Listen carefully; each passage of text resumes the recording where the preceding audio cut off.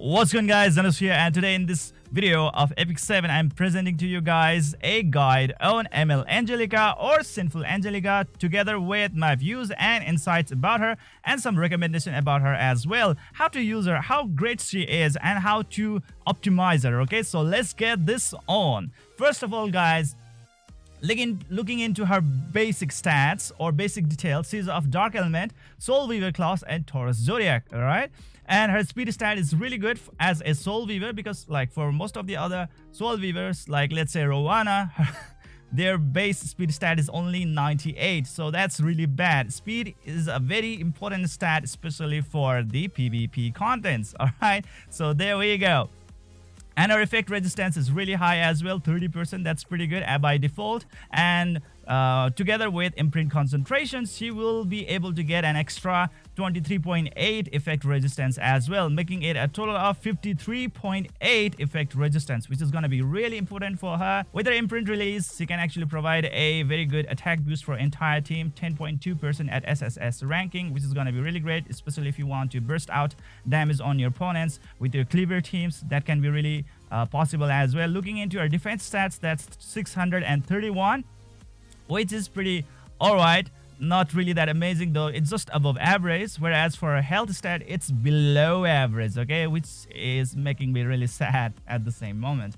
Anyways, let's look into her skill sets. What does her skill sets really tell to us about her? All right, so let's start with her ultimate skill, because her main setup actually starts from her ultimate skill. That's gonna be the Dark Salvation. So what her ultimate skill really says is that, like, she whips up a vortex of darkness and loathing, granting immortality to the caster for 2 turns. Remember, she's gonna grant immortality to herself only, not for any other allies, but only for 2 turns as well. Grants increased attack and speed to all allies except for the caster for 2 turns. Alright, so there we go. Just like Yuna. Alright, she is going to be the next unit after Yuna, who is actually going to provide a combination of attack and speed buff to the entire allies, except for herself though, which is going to be really great, especially if you are trying to have a very good combination of the hero units that pretty much deal a lot of damage based on their speed stats, like Sid and Vilred. All right, for those kind of units, she's going to be really great support for them. Being able to boost up the speed and attack, it's always going to be great for the arena contents. So there we go. So she's going to have that immortality buff from her 3rd skill. And now let's move on to her 2nd skill. That's going to be Soul Harvest. It's a passive type of skill. When the caster is immortal, I mean, like, whenever she is immortal, enemies cannot be revived. Boom! There we go. Very amazing skill indeed, isn't it? Right? You can pretty much counter the ML Vilred right off the bat, or let's say the Arbiter Vilred, or any kind of like reviving units like Ruel, let's say Apocalyptic Ravi, or let's say Maid Chloe. Okay, you can pretty much counter them, and reviving can actually be a very big problem in the arena content, and just being able to counter that one, very amazing indeed. Long has gone the terror of the Arbiter Vilred, isn't it? After she is around, obviously. Very soon, guys, very soon. Try to pull her up right at the bat. And all allies recover health every time an enemy dies. Jesus, that's pretty good as well. All right, I mean, like, as long as you manage to kill the opponent, they won't be able to revive, and also at the same time be able to heal yourself as well, your allies at the same time.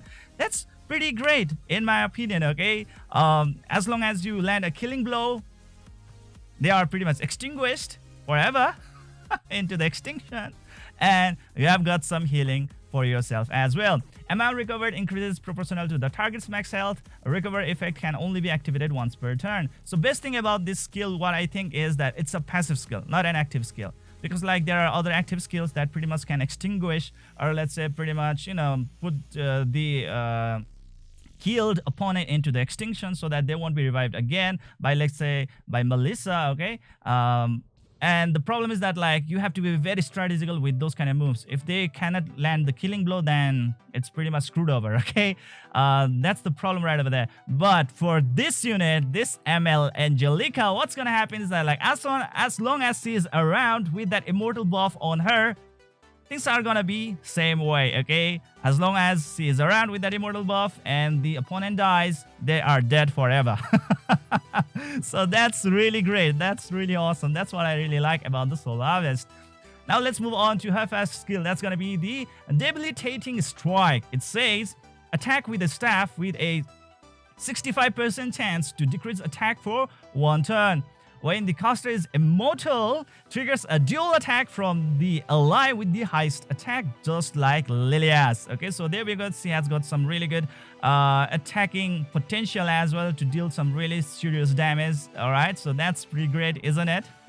All right, off the bat, I would say like if you can actually trigger this kind of attack with units like Vilred, and if you manage to land a killing blow, then obviously Vilred will follow up with this second passive, right, or second skill. So there we go. There are a lot of possibilities that we can pretty much induce with the Debilitating Strike. The most important thing is that like you have to keep on making sure that she has that immortal buff on her.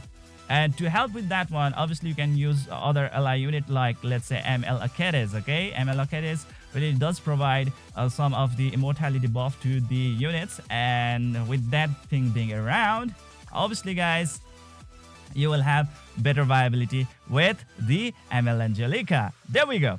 If you soul burn effect the first skill, it increases the effect chance by 100% and decreases the attack of the target for 2 turns instead of just 1 turn, which I really don't think is really that great, but sometimes you might actually really require it, especially if there is a very hard nuke in the opponent team, like let's say Bloodblade Karin, who can pretty much extinguish your entire team, right, at the single blow.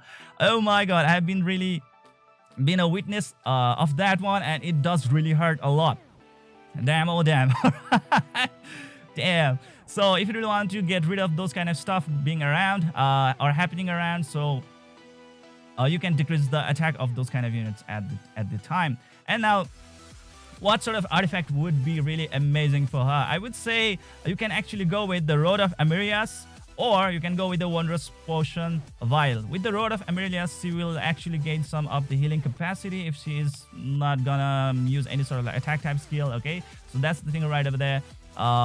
Because like she doesn't have any active heals, guys. That's the problem right over there. She's a Soul Weaver, she's a healer class type of unit, but she doesn't have an active heal, meaning like she won't be able to give you a health recovery whenever you require at the moment, at the exact moment. Her health recovery is very conditional, provided that the opponent is dead. One of the opponent is dead, and then only at that time you will get some HP recovery. That's it. All right.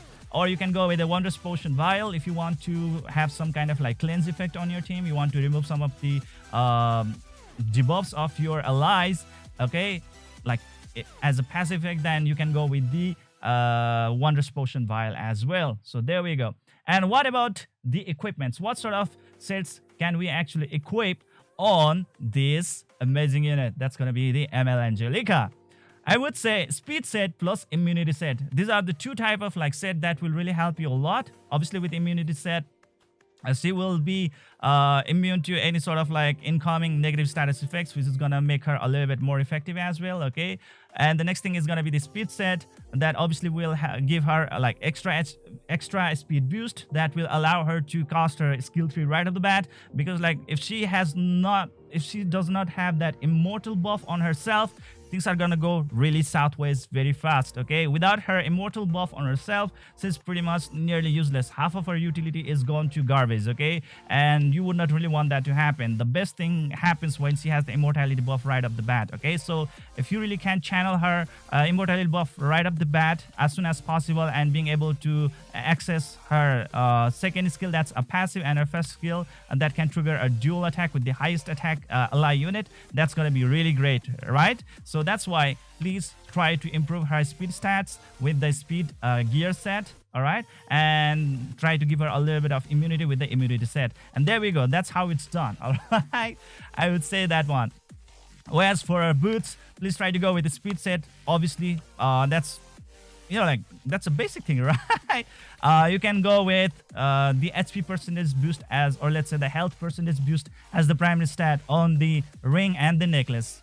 I'm like, she really needs a lot of health, guys. I'm like, try to make her a lot tanky as much as possible. I mean, like, she really does have that immortality buff, but you know, like, there are also other units in the game who can pretty much strip it off, like, let's say Tywin, Bazaar, Euphine with her second skill, and that can actually be very problematic. Okay, if your immortality buff gets stripped away, things are gonna go southways really fast. Okay, so please try to use other units like ML Aketes in combination to keep on, like making up that status of the immortality buff on you all the time. Okay, and as long as the immortality buff is on her, she is always gonna be effective thanks to her passive skill. Being able to block that revive is so freaking good. If I have her, obviously I'm gonna use her against the ML Vilred. Okay, bye bye ML Vilred. And obviously with this thing going around, she's gonna be really great for the Guild War offensive type, okay, and Arena offensive type, and obviously in the RTA as well. We really just want to knock them off right off the bat. Okay, just want to kill them right off the bat, especially that ML Vilred, who has been so irritating unit in the Epic 7 for a very long time, having a very unfair advantage. And right now we are gonna get some remedy for him, and please stay up for that one. So finally at the end, let's try to weigh some pros and cons about this unit. Okay, let's try to summarize it up. So starting with the pros, with her second skill, as long as the immortality buff is on her, she can block the revive effect of the opponent with her passive, which is so great. It's not even an active skill, it's a passive. Okay, as long as she is around with that immortality buff on herself, the revive ability of the opponent will be cancelled. Okay, that means like she's gonna be really great counter for the reviving units like Arbiter Vilred, Maid Chloe or ML Chloe, or let's say Apocalyptic Robbie or Rule. Okay, so there we go. And the next thing is gonna be that like she can trigger a dual attack with the highest attack stat ally whenever she is using her first skill, which is also really great, especially if you can combine that kind of thing with certain units like Arbiter, I mean like by Vilred. That's going to be really great as well, because like if the opponent dies, then he will follow up with the second skill as well, with an AoE attack as well. So that's really great. I really love Arbiter, I mean like Vilred. Okay, so there we go. Why am I saying Arbiter? Damn it. Okay, so there we go. And obviously with the immortality being around, she's actually going to have a better survivability and the durability rate right over there, right?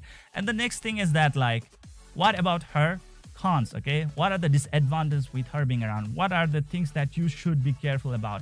Obviously the first thing is that like she doesn't have any actual heal. That's the very big problem right over there, guys. Okay, she doesn't have any actual active heal, so you won't be able to heal your opponents when you need the heal the most. Okay, so that's the big problem right over there. She doesn't have any like cleansing effect going on around. Okay, and she doesn't even have any kind of like barrier sort of stuff that she can actually provide to the entire team. All right, like Roana. Okay, so that's also another problem. She doesn't have any revive, so she doesn't have any sort of like basic soul weaver type of capacity, or let's say potential, or let's say skill set. Okay, which actually can cripple her up a lot, and it also kind of limits her up very specifically. So that's why she's pretty much more into a sort of like PvP type of unit, okay, rather than a PvE unit, in my opinion. She's more of a PvP type of unit. All right, so that's the thing right over there. And please be careful of the strippers, like let's say Basar, okay, Tywin, or let's say Euphine, who can pretty much dispel the buffs. Okay, please try to be aware of them. If you have those kind of like characters or heroes on your opponent team, try to get rid of them ASAP, or else this can cost a disaster on your ML Angelica. Or if you really want to just back her up, try to use ML Aketes to grant that extra immortality to her. All right, so there we go. That's how it's done. So this is it for today, guys. I hope you enjoyed this video. Please don't forget to hit that like and subscribe button to keep on enjoying the contents of my channel. See you guys in the next video.